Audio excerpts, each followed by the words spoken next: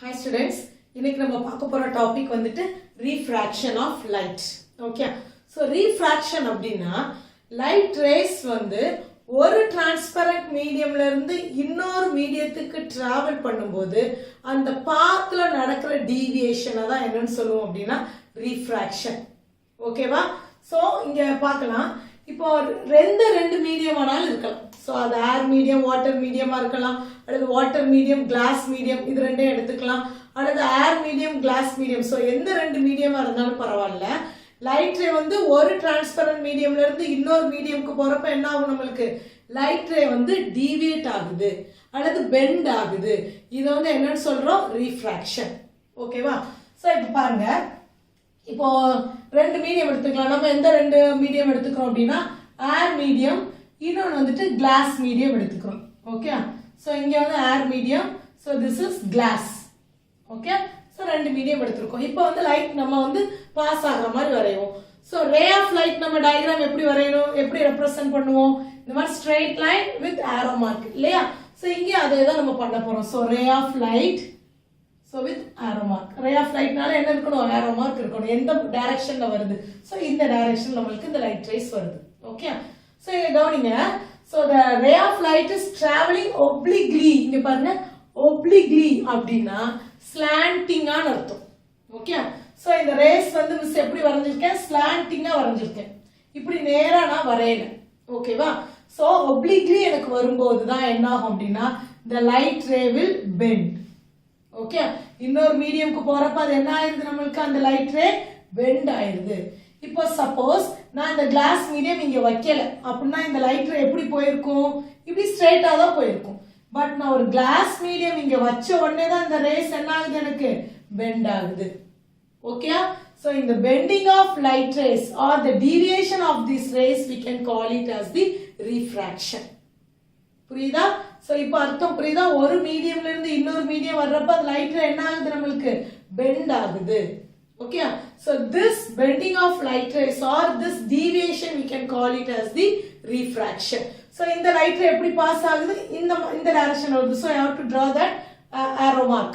Okay, அந்த ரேல கண்டிப்பா என்ன இருக்கணும், arrow mark இண்டிகேட் பண்ணிருக்கணும். ஓகேவா? சோ இதுதான் refraction. சோ ஏன் இந்த சேஞ்சஸ் நடக்குது, ஏன் இந்த பெண்டிங் வருது? ஏன்னா ஒரு மீடியம்ல இந்த ஏர் மீடியம்ல லைட் டிராவல் பண்ணும்போது அதனுடைய வெலாசிட்டி வந்து வேற மாதிரி இருக்கு, கிளாஸ்ல டிராவல் பண்ணும்போது அதனுடைய வெலாசிட்டி வேற மாதிரி இருக்கு. Okay, so velocity is different in different medium. Okay, so ஒவ்வொரு மீடியத்திலயும் லைட்டோட வெலாசிட்டி என்ன ஆகுது, நம்மளுக்கு சேஞ்ச் ஆகுது. ஓகே, சோ ஏர்ல ஒரு மாதிரி டிராவல் பண்ணிருக்கு, கிளாஸ்ல ஒரு மாதிரி டிராவல் பண்ணிருக்கு. ஓகே, சோ அதனாலதான் நம்மளுக்கு அந்த லைட் ரே வந்து பெண்டிங்கா தெரியுது. ஓகேவா? சோ அப்ப the velocity of light எப்படி இருக்குன்னு பாருங்க. சோ லைட் ஓட velocity is more in rarer medium and less in denser medium. So rarer mediumனா ஃபர்ஸ்ட் என்ன, denser mediumனா என்ன அப்படினு பார்த்துக்கலாம். சோ rarer mediumனா so that medium will be less density. அந்த மீடியம் எப்படி இருக்கும், less dense ஆ இருக்கும். number of molecules present in that medium வந்து கம்மியா இருக்கும். ஓகே, சோ அப்ப மாலிக்யூல்ஸ் அங்க கம்மியா இருக்கறனால லைட் வந்து என்ன பண்ணும், நல்லா ஃபாஸ்டாவே போயிடும். ஓகேவா? இதே டென்சர் மீடியம் எடுத்துக்கிட்டோம்னா it has more density. Okay, so it has more number of molecules. அப்ப லைட் வந்து அங்க டிராவல் பண்றதுக்கு என்ன பண்ணுது, so the velocity of light is less in the denser medium. இப்போ இத புரியறதுக்கு இப்போ நம்ம ரயில்வே ஸ்டேஷன் போறோம்னு வைங்களேன், நல்ல பீக் டைம்ல போறோம். சோ நிறைய ட்ரெயின் வந்து அங்க வந்திருக்கு. சோ பேசஞ்சர்ஸ் வந்து இறங்குறாங்க, நிறைய பேசஞ்சர்ஸ் வந்து ட்ரெயின்ல ஏறுறாங்க, அண்ட் பிளாட்ஃபார்ம்ல நிறைய பீப்புள்ஸ் நிக்கிறாங்க. இந்த மாதிரி ஒரு டைம்ல வந்து நம்ம போறோம். ஓகே, சோ அப்ப நம்ம ஒரு பிளேஸ்ல இருந்து இன்னொரு பிளேஸ்க்கு ஈஸியா போயிட முடியுமா, முடியாது. ஏன்னா என்ன பண்ணுவாங்க, பீப்புள்ஸ் நிறைய பேர் அங்க நிப்பாங்க. சோ உனக்கு ஃபாஸ்டா நீ வந்து இன்னொரு இடத்துக்கு போயிட முடியாது. ஓகேவா? சோ அதே நேரம் வந்துட்டு ரொம்ப பீக் டைம் இல்ல, அங்க வந்து ட்ரெயினோட அரைவல் வந்து கம்மியா தான் இருக்கு. சோ பிளாட்ஃபார்ம்ல என்ன பண்ணுவாங்க, பர்சன்ஸ் வந்து ரொம்ப கம்மியா தான் இருப்பாங்க. சோ இந்த நேரத்துல நீ வந்து ஃபாஸ்டா போயிடலாமா, ஏன்னா அங்க இருக்கிற பர்சன்ஸ் வந்து கம்மி தான், நீ இன்னொரு இடத்துக்கு போகணும்னா ஈஸியா போயிடலாம். ஓகேவா? ஸோ அதே தான் நீ இதை வந்து ஞாபகம் வச்சுக்கலாம். ஸோ ரேரர் மீடியம்னா மாலிகுல்ஸ் கம்மியா இருக்கு, லைட் வந்து என்ன பண்ணுது, கொஞ்சம் ஃபாஸ்டா டிராவல் பண்ணிடுது. டென்சர் மீடியம்னா மாலிகுல்ஸ் வந்து அதிகமா இருக்கு, ஸோ லைட் வந்து ஃபாஸ்டா டிராவல் பண்ண முடியல. புரியுதா? ஸோ ரேரர் மீடியம்ல வெலாசிட்டி ஆஃப் லைட் வந்து மோர், ஏன்னா it contains only less number of molecules, it is less density. And denser mediumல velocity of light எப்படி இருக்கு, less, because it has more number of molecules, so it is difficult for the light to travel through that. ஓகேவா?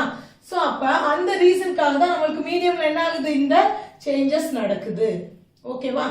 இத வந்து இன்னும் கொஞ்சம் கிளியரா புரிஞ்சுக்கலாம் அப்படின்னா பாருங்க.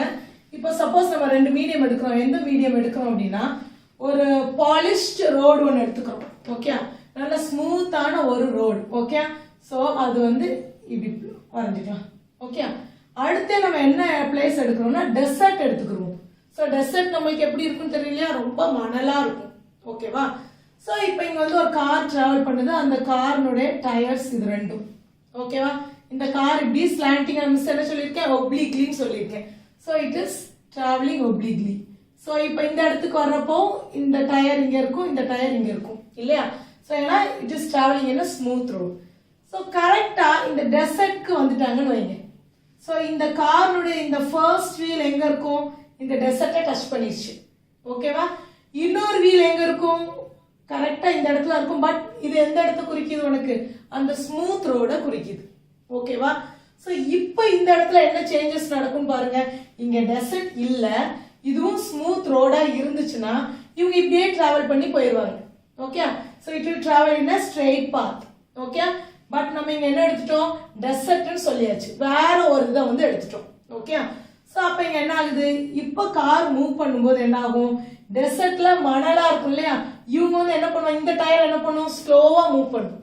ஏன் புரியுது இல்லையா? டெசர்ட் வந்து ஃபுல்லா மணலா இருக்கும், இந்த ரோட்ல மூவ் பண்ண மாதிரி இந்த டயரால மூவ் பண்ண முடியாது. சோ இங்க என்ன பண்ணுவாங்க, ஸ்லோவா மூவ் பண்ணுவாங்க. அதே நேரம் இப்ப இந்த டயர் மட்டுமா மூவ் பண்ணும், at the same time this tyre also move. அப்ப இவங்க என்ன பண்ணுவாங்க, ஸ்மூத் ரோட்ல இருக்கிறதுனால இவங்க ஃபாஸ்டா மூவ் பண்ணி இப்படி வந்துருவாங்க. ஓகேவா? சோ இப்ப திரும்ப வண்டியை ஓட்டும் போது என்ன ஆகும், இந்த டைரக்ஷன் கம்ப்ளீட்டா மாறிடும். புரியுதா? இதே டெசர்ட் இங்க இல்லைன்னா இவங்க ரெண்டு பேரும் எப்படி போயிருப்பாங்க, இப்படியே போயிருப்பாங்க. இப்ப டெசர்ட் இருந்தனால இங்க சேஞ்சஸ் நடந்துருச்சு. புரியுதா? எப்படி சேஞ்ச் நடந்துச்சுன்னு புரியுதா? சோ ஒருத்தவங்க டெசர்ட்டை ரீச் பண்ணிட்டாங்க, ஒருத்தவங்க ஸ்மூத் ரோட்லயே தான் இருக்கிறாங்க. இப்ப திரும்ப டிரைவ் பண்ணும்போது இந்த டயர் வந்து ஸ்லோவா வருது, இந்த டயர் என்ன ஆயிருது, நம்மளுக்கு ஃபாஸ்டா வந்துருது. ஆனா டைரக்ஷன் பாருங்க சேஞ்ச் ஆயிடுச்சு. இதேதான் லைட்லயே நடக்குது. ஓகேவா? சோ புரியுதா உங்களுக்கு, இந்த டிஃபரன்ஸ் தெரியுதா? சோ இந்த பெண்டிங் ஆஃப் லைட் ரேஸ் தான் நம்ம என்னன்னு சொல்லுவோம், நம்ம ரிஃப்ராக்ஷன். ஓகே, சோ ஏன் வந்து மிஸ் வந்து திரும்ப திரும்ப ஒப்ளிக்லி அப்படிங்கறத நோட் பண்ணிக்கோங்கன்னு சொல்றேன். இப்போ இந்த மாதிரி வந்தனாலதான் இந்த டைரக்ஷன் சேஞ்ச் நம்மளுக்கு நடந்திருக்கு. நம்ம வந்து கார் இப்படி ஓட்டிட்டு வரோம்னு வைங்க. ஓகே, சோ இப்போ இங்க வந்து என்ன ஆயிருந்திருக்கும், ரெண்டு டயருமே சேமா டெசர்ட்க்கு வந்துருச்சு. இப்போ திரும்ப ஓட்டும் போது இவங்க எந்த ஸ்லோல வர்றாங்களோ அதே ஸ்லோல தான் இந்த டயரும் வரும். அப்ப எனக்கு டைரக்ஷன் சேஞ்ச் ஆகாது. சோ இவங்க நேரம் இப்படி ரெண்டு பேரும் இப்படி உள்ளே தான் வருவாங்க. புரியுதா? அப்ப எனக்கு வந்து ஸ்பீடு கம்மியா இருக்கும். இந்த ரோட்ல ஓட்டின மாதிரி இந்த டெசர்ட்ல இந்த காரால ஓட்டி இருக்க முடியாது. கண்டிப்பா இதை விட இங்க கம்மி ஆயிருக்கும். ஆனா டைரக்ஷன் எனக்கு என்ன ஆகல, சேஞ்ச் ஆகல. ஓகே, ஆனா எப்போ டைரக்ஷன் நம்மளுக்கு சேஞ்ச் ஆகுது, ஒப்ளிக்லியா வரும்போது மட்டும்தான். ஓகே, இப்படி நேரா வரும்போது எனக்கு என்ன ஆகல, டைரக்ஷன் சேஞ்ச் ஆகல, ஒன்லி ஸ்பீட் சேஞ்சிங். புரியுதா? சோ இவ்வளவுதான் ரிஃப்ராக்ஷன் பத்தி. ஓகேவா? அண்ட் அதனாலதான் நீங்க இந்த லோயர் செக்ஷன்ஸ்ல எக்ஸாம்பிள்ஸ் பார்த்திருப்பீங்க. ஒரு கிளாஸ் டம்ளர்ல வந்துட்டு தண்ணி ஊத்தி வச்சுட்டு நம்ம உள்ள பென்சில் போட்டோம்னா வெளியே இருந்து வியூ பண்றப்ப நம்மளுக்கு எப்படி தெரியும், அந்த பென்சில் வந்து அப்படி புரோக்கன் ஆகி இருக்கிற மாதிரி தெரியுமா? சோ இப்படி இருக்கு, கிளாஸ் டம்ளர் இருக்கு, வாட்டர் நம்ம பென்சில் வந்து இப்படி போட்டிருக்கோம். இந்த பென்சில் வந்து நம்மளுக்கு வியூ பண்றப்ப எப்படி தெரியும், புரோக்கன் ஆகி இப்படி தெரியற மாதிரி இருக்கும். Okay, because the velocity of light வந்து எப்படி இந்த ஏர் மீடியம்ல ஒரு மாதிரி டிராவல் பண்ணுது, வாட்டர்ல டிஃபரெண்டா டிராவல் பண்ணுது. ஓகேவா? ஸ்டூடெண்ட்ஸ், உங்களுக்கு இந்த வீடியோ பிடிச்சிருந்துச்சுன்னா கண்டிப்பா சப்ஸ்கிரைப் பண்ணுங்க அண்ட் உங்க ஃப்ரெண்ட்ஸ்க்கு ஷேர் பண்ணுங்க. தேங்க்யூ.